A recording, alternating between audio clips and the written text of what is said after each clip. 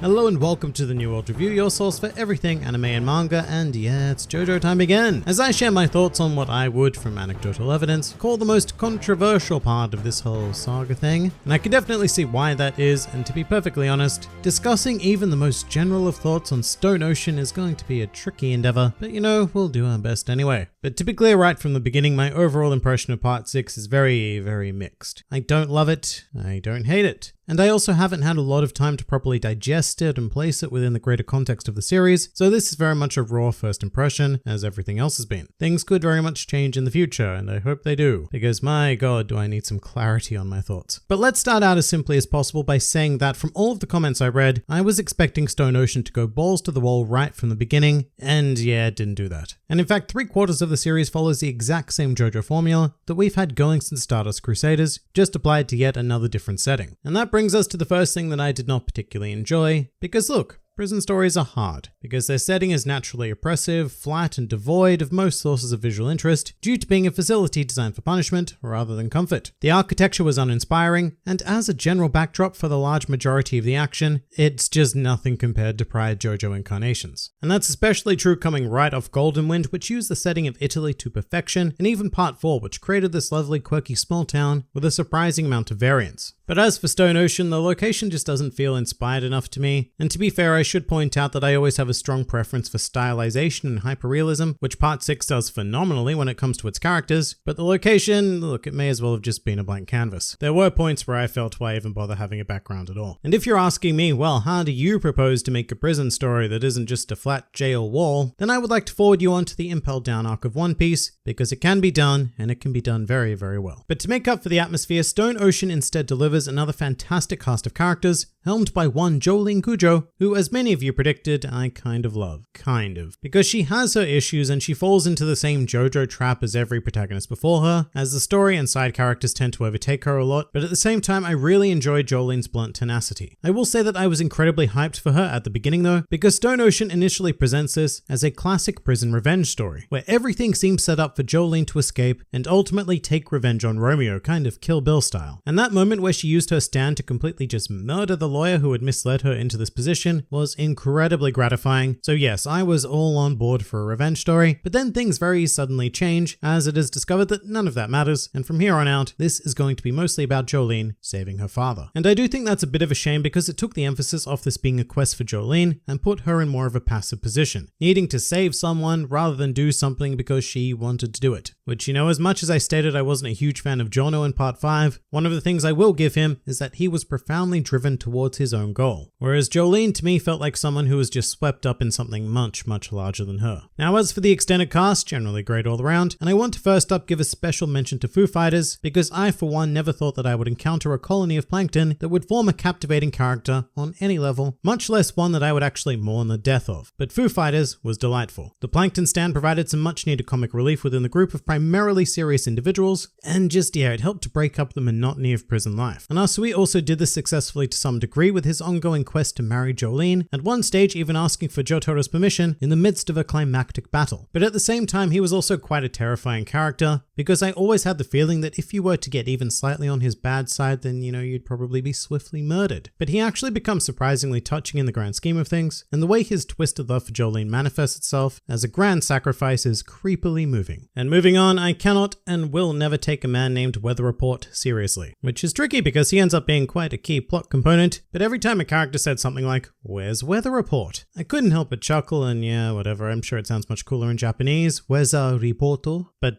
yeah, that's a thing. What I will say is that Weather Report is a great name for a stand. Not just any stand, but one of the most radically overpowered ones this entire saga has presented. But then again, I found myself saying that about almost every new stand that was introduced in Stone Ocean, because some of these powers are just downright sinister, and I'm not even talking about Made in Heaven yet, because even Jolene Stone Free is pretty absurd. But a lot of fun at the same time, and I think Araki made fantastic use of the basic concept of strings. But then you also have stuff like Bohemian Rhapsody, which is a stand that can apparently affect the entire world, bringing fictional characters into reality and dragging out the souls of people and tying them to the fate of said characters. That thing is insane. I mean, it feels like you could almost have an entire series about this, you know, a world where fictional characters are coming to life and the quest to find the mystery behind everything, but it's all quite promptly dealt with in 7 tidy chapters. I really enjoyed the concept though, and I actually think that goes for almost every stand in part 6, even the more understated ones, and in fact, especially some of the more understated ones like Kiss, which is all about creating duplicates with stickers and playing with the idea of what you can do when reforming objects after removing a sticker. With that said, not everything was a hit with me, and I will single out Sky High as a stand which had bored me for a lot of its story. I mean, the idea of these mysterious and organic rods was fascinating, but the stand used to control them and its user were just kind of meh. And it also came at a time where we were really gunning towards a conclusion, and this became yet another artificial obstacle to overcome. Oh, and before I move away from stands completely, I also want to name drop Jailhouse Lock as quite possibly my favorite stand ever. Such a great and terrifying concept that upon activation, a target can now only learn up to 3 new pieces of information, and reading Jolene deal with that was quite possibly one of the more captivating experiences I've had with the entirety of JoJo thus far. And there are so many other stands that I could mention and probably just can't remember at the moment, like the Dragon one that's all about Feng Shui. So stands for part 6 were a huge success from my perspective. But let's start to get into the more controversial stuff, aka the last quarter of Stone Ocean, which goes absolutely batshit insane. And all of this is helmed by the Ultimate Series protagonist Enrico Pucci, who I will say I enjoyed a fair bit. In fact, he's probably my second favorite big bad guy behind Yoshikage Kira, at this stage anyway, and I liked his general theme of seeking ascension and how that blended quite seamlessly into the JoJo universe with Dio's influence. And just on Dio for a second, I think it's kind of crazy that the brief moments he was featured in part 6 actually provides me with a much more satisfying character than how he was portrayed in part 3, because Stardust Crusader's Dio was something of a flat villain. Lots of fun, but very flat. Whereas here, he seems capable of actually being a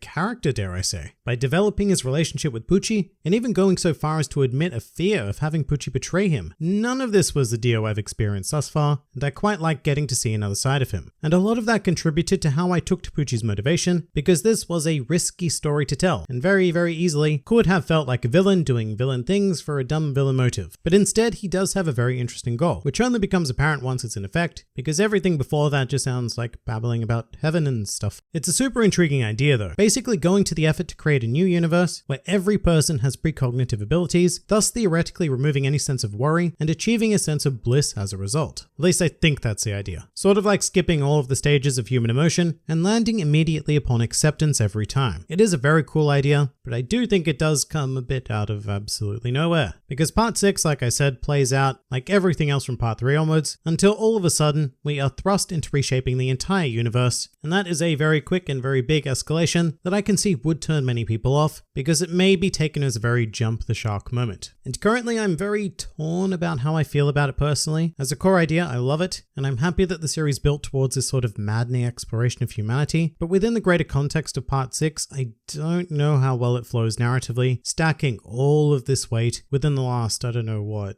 10-15 chapters or so. To me, it felt very heavy-handed and not properly built up towards. But I am very much beginning to understand at this late stage that that's just Araki sometimes. He doesn't conform to established storytelling, and as a result, some JoJo experiences can feel very disjointed at times. And there's actually a vivid example of this I can recall from much earlier in part 6, where Jolene, Anasui, and Foo Fighters complete their business in the solitary area in one chapter, and then in the very first page of the next chapter, it's just a hard cut to Jolene and Anasui at a dock with this damn Yoyama stand, which nobody questions the existence of, and it just comes out of nowhere, and it's incredibly jarring. It made me feel like I'd skipped a chapter, although there were pages missing in what I was reading, and sadly enough, that's not the only time that happens in Stone Ocean. There were many times where I found myself in a less than natural progression, moving from chapter to chapter, which I guess is quirky in one way, but maybe annoying in another. Although maybe bizarre is the word, because there is the one thing that I will grant Stone Ocean 100%, in that it is the very first part to really embody the namesake of the series.